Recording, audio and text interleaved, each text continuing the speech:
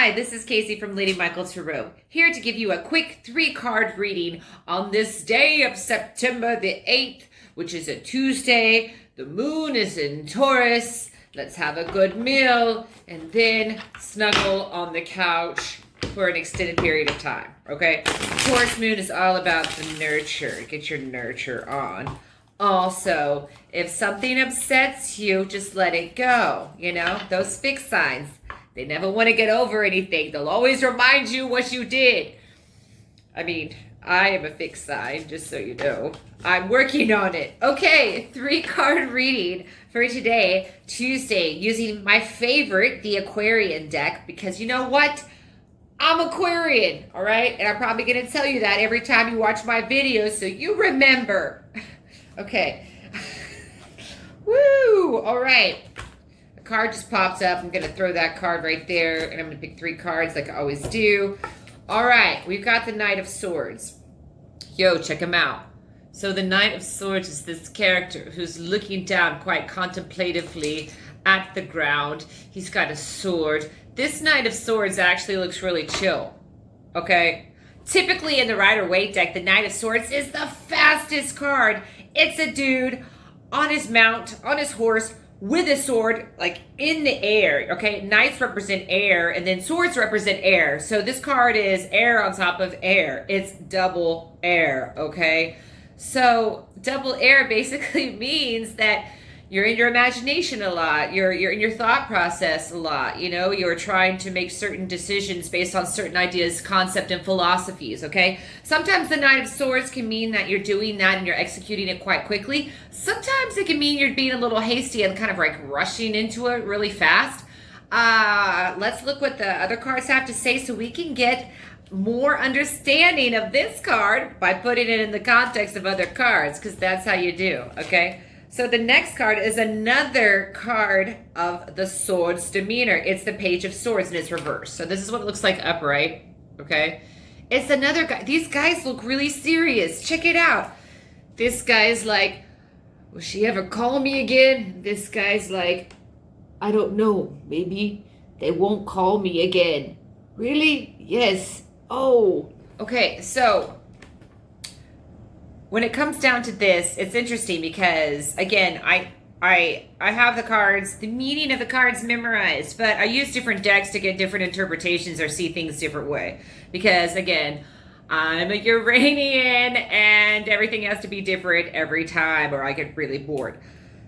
The Knight of Swords is looking towards the past, and then the Page of Swords reverse is also looking to the past. So maybe you're thinking about some decisions that you did in the past that you're not quite cool with, or that you thought you might have been kind of hasty about, you know, and maybe you're starting to kind of have that internal process where something's coming to the surface and you're thinking, was that a good idea? Should I have communicated something differently? Or did I do something wrong by not communicating at all? Okay, so you have 2 cards. One's really quick. The other one pump the brakes really abruptly, the Page of Swords, which has to do with a younger character giving the message like, you know, you ever read a new like metaphysical book and you're like, I get it. It's all about the glyphs and the symbols and the Egyptians and we just have to put it together. That's kind of like the Page of Swords. You start getting that like excited information, finding those truths, but it's upside down. So it might have to do with more of an introverted process, or maybe you're not communicating, or there's kind of a blockage with communicating the kind of truth that you're so hastily looking for, and you might be looking in the past to find that right now, okay? The next card is the Hermit, okay? This card is near and dear to my heart because we've all got a little hermit in us, okay? We all like to stay at home and have things brought to us and never leave the comfort of our homes, okay? Now, I love the Hermit, and I like it in relationship to these airy cards, okay? So we have this really fast card about finding the truth, but it's also looking to the past. The other card is also looking at the past about the truth and thinking, oh, was that real or was that not real? Or things are getting kind of like,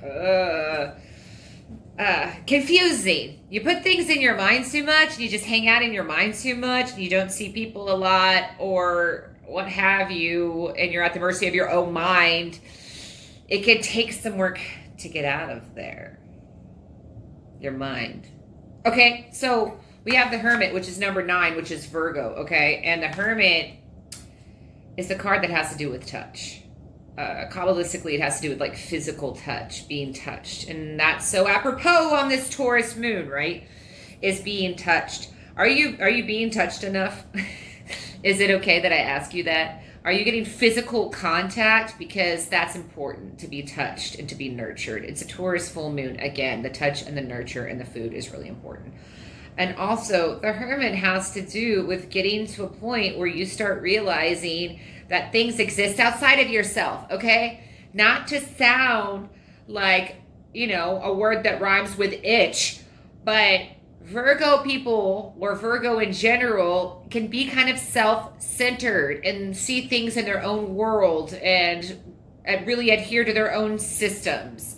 And once they get to know themselves and start expanding by looking at their other relationships, then Virgo is extremely nurturing and awesome and can help incorporate other systems into their systems, okay? But the Hermit card has to do with getting to that point of self-enlightenment where you've integrated all of those parts of yourself and are confident in yourself, and you don't need a lot of external validation, and you can actually be a lot more giving and enlightened going forward in the future, okay? So let me just wrap that up. We have the Nine of Swords trying to go out there and find the truth, and then maybe you act kind of impulsively or irrationally, because then you have the Page of Swords being like, that didn't work, or was that okay that I did that in the future? I don't know. And then you get to the Hermit, which basically means that you had to take some time, a time out, to make sure what you were doing was in line with who you are and finding out who you are. Because how do you know if what you did is right or wrong in any context unless you know who you are and what you truly want and what you're all about, okay? So you might feel a little scatty in the mind, but take some time to take the weight of this card. It's an earth card, the Hermit, right? Always rocking the cloak. Gosh, I want a cloak or a cape someday. Somebody remember that and send me one. Black. It has to be black. With maybe some silk lining inside. Anyway, the Hermit is again a card that is really near and dear to my heart, because it means that it's okay to pull it in. It's okay to have your own enlightenment. It's okay to be touched by something on your own terms, or allow other people to touch your life in a way that feels good to you, because you have taken the time to get to know yourself, get to know what you want, who you are, how you feel about things, before you go and move further into the next card of the tarot, which is the Wheel of Fortune, which is the card that precedes the Hermit card, right? And so that card is all Jupiterian, Jupiter-alicious. It's Jupiter, which kind of brings you into the luck and the faith of the world, opening up the second half of the major arcana to where you start relating to other people and other experiences and start learning outside of the realm of your own imagination, okay? So, again, take some time to write down your thoughts, think about your thoughts. If you're feeling shitty about something in the past, just take some time to yourself to see what it is you really want. What do you want? Remember Ryan Gosling in The Notebook when he's like, what do you want? And she's like, I don't know. And you're like, make up your mind, lady. He took you in a boat with swans all over the place to get him. Anyway, I hope that helped. This has been Lady Michael Tarot. I hope you have the best day possible. Thanks for hanging with me. Oh, holy smokes and 2 billy goats. The Wheel of Fortune is the hidden card. Was I not just talking about that? I didn't look at that beforehand. I'm not like that. Which means that the subtext of this has to do with Jupiter. And Jupiter is in retrograde. It's going to go direct soon, I believe, on the 12th. I hope I didn't misspeak. I know Mars is going retrograde on the 9th, which we'll all be frustrated about.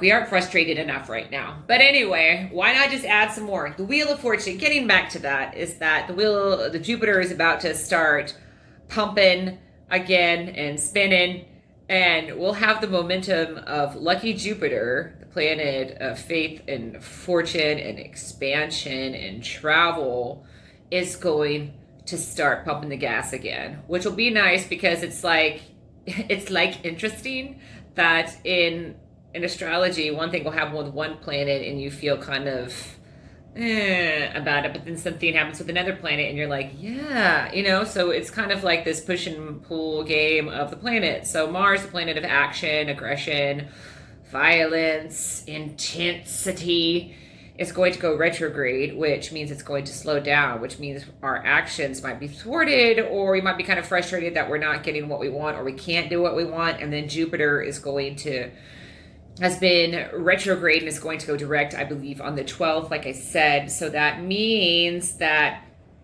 we're going to feel maybe a burst of faith, or have some chance to, maybe if that energy is frustrating, we'll have another opportunity to expand ourselves, or another alley or path to faith, to expanding ourselves in our faith. Oh my gosh. I have talked for a long time. Thanks for hanging on till the end. If you're still watching this, you get a discount. You call me, you schedule a reading, and you say, I watch this till the end, when you were just talking about everything, and then you threw in a notebook reference, because obviously you have a thing for Ryan Gosling, because so does everybody. Not everybody. He might not be the greatest. All right, just remember that. You don't know him. I love you all very much. I'm wishing you the best day possible. Do you feel it? I'm putting it in my fist and then I'm throwing it to you. Thanks.